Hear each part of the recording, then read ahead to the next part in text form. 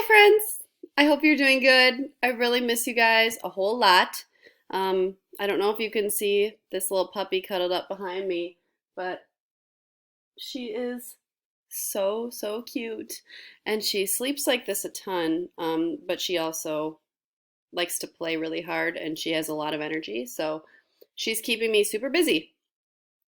So I hope you're enjoying The Great Gatsby. You were supposed to read chapters 1, 2, and 3 last week and then take the quiz. So this week is going to be very similar.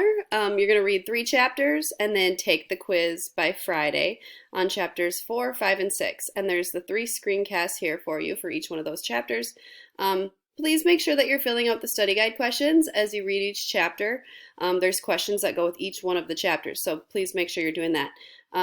If you don't understand any of the questions or you want help with any of them, or you just don't understand what's going on in the book at certain points or whatever, you can always email me.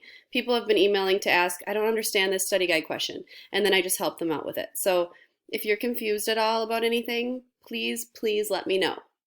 Your final test will be on The Great Gatsby, and that'll be the last thing that we do for the year. So I hope you like it. I hope you get to watch the movie. Yeah, I'll talk to you guys soon.